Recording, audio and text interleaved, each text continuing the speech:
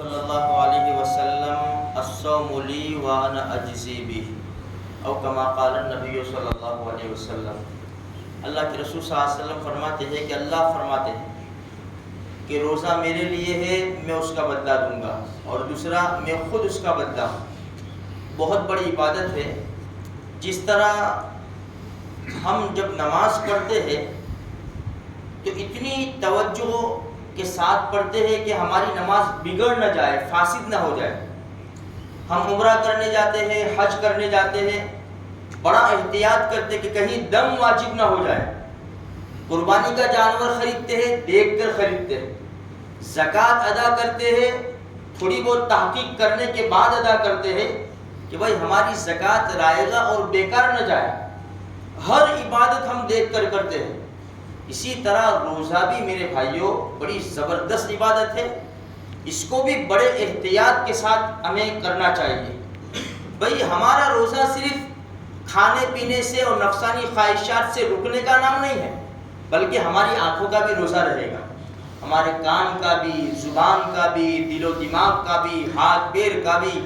ہم سے کوئی غلط کام نہ ہو جائے، یہ ہمیں پریکٹس کرائی جا رہی ہے ایک مہینے کے اندر کہ مہینہ پریکٹس کر لو، 11 مہینے تمہارے ایسے ہی گزریں گے۔ تو بڑے دھیان اور اطمینان کے ساتھ ہماری زبان سے کسی کی غیبت نہ ہو، یہ سارا دھیان رکھنا ہے، ورنہ کیا ہوگا؟ روزے کی برکتیں جو ملنی چاہیے نا، اس سے ہم محروم ہو جائیں گے۔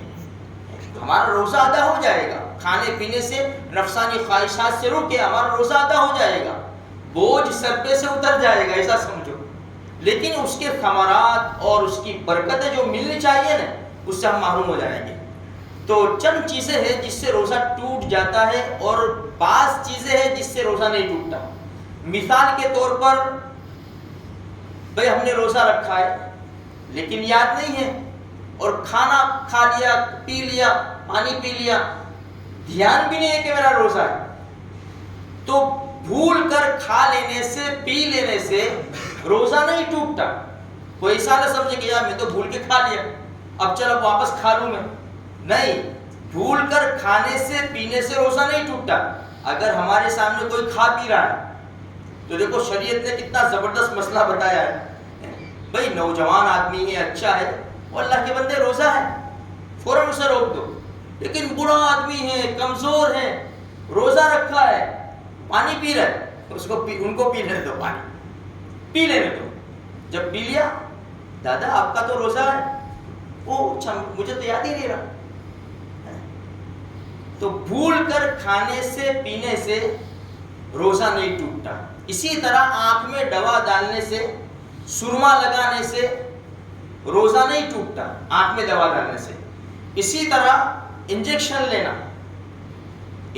لینے سے بھی روزہ نہیں ٹوٹتا۔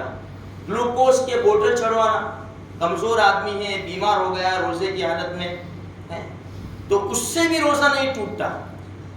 بھئی روزے کی حالت میں انزال ہو گیا، غسل واجب ہو گیا، احتلام ہو گیا نیند کی حالت میں، اس سے بھی روزہ نہیں ٹوٹتا۔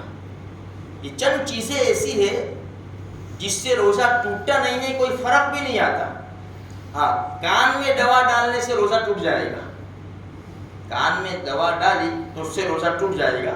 اسی طرح جب انسان ناس لیتا ہے یا دھواں بھاپ لیتا ہے، وہ نہیں لینا چاہیے روزے کی حالت میں، اس سے روزہ ٹوٹ جاتا ہے۔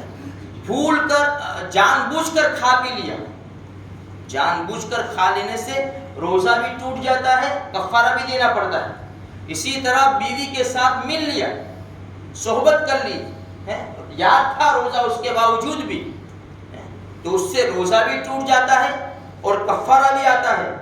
اچھا، اب بعض مرتبہ ہم سحری پہ ذرا ڈٹ کے کھا لیتے ہیں، کھانے کے بعد پھر ہم نماز وغیرہ پڑھ کے سو جاتے ہیں، تو پھر وہ بعض مرتبہ ڈکار آتی ہے، ڈکار کے ساتھ بعض مرتبہ کھانا بھی جیسا سالن وغیرہ اوپر آ جاتا ہے، اوپر آ کے فوراً چلا گیا تو کوئی حرج کی بات نہیں، اس سے روزہ ٹوٹے گا نہیں۔ ہاں، اپنے اختیار سے اتار لیا، بھئی آیا منہ میرا، پھر اتار لیا، بے اختیار آ کے چلا جائے تو روزے میں فرق نہیں آئے گا۔ لیکن اپنے اختیار سے اتارا، منہ میں آ گیا پھر اتارا تو اس سے روزہ ٹوٹ جائے گا۔ اسی طرح وامٹ کے قے، الٹی، اس کے مسائل میں یہ ہے اگر خود بخود ہوئی، چاہے زیادہ ہو چاہے کم ہو جتنی بھی ہو، خود بخود ہو اس سے روزہ نہیں ٹوٹتا۔ لیکن اگر خود قے کی، بعض مرتبہ انسان بے چین ہو جاتا ہے کہ یار جب تک وامٹ نہیں ہوگی مجھے وہاں تک مجھے چین نہیں آئے گا، تو بعض مرتبہ انگلی ڈال کے اس کو وامٹ کرنی پڑتی ہے۔ جان بوجھ کے وامٹ کی تو اگر تھوڑی ہوئی تو روزہ نہیں ٹوٹے گا، اور اگر منہ بھر کر ہوئی، زیادہ ہوئی تو اس سے روزہ ٹوٹ جائے گا، قضا آئے گی، کفارہ نہیں آئے گا۔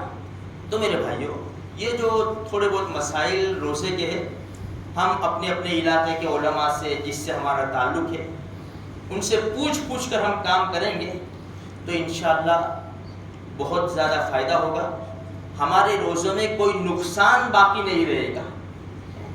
تو ہم اچھے طریقے سے روزہ رکھیں، روزے کی حالت میں اللہ کا ذکر کرتے رہے، چلتے پھرتے اٹھتے بیٹھتے جو 4 چیزیں بتائی تھیں، پہلا کلمہ ہے، استغفار ہے، جنت کا سوال ہے، جہنم سے پناہ ہے۔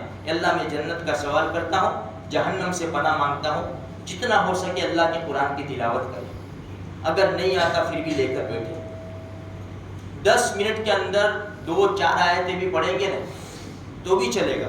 اب تو بہت آسان ہو گیا ہے، بہت آسان، اللہ نے بہت آسانیاں پیدا کر دی۔ بھائی فون میں ڈاؤن لوڈ کر سکتے ہیں، کسی حافظ صاحب کو بتا دیے سورت، ٹھیک ہے، قرآن کے ساتھ میچ کر، یا تو پھر فون کے اندر ہی سب سسٹم ہے، بھائی نظر بھی آتا ہے اور آواز بھی آ رہی ہے۔ بہت دیکھو، کرنا ہو نے تو انسان کے لیے سیکھنا ابھی کے زمانے میں بہت آسان ہے۔ تو تھوڑی بہت محنت کریں گے، کوشش کریں گے، قرآن کریم کی تلاوت کریں گے، ذکر و اذکار کریں گے، درود شریف پڑھیں گے، ہمارے روزے میں جان پڑ جائے گی، ہمارا روزہ بڑا مضبوط ہو جائے گا۔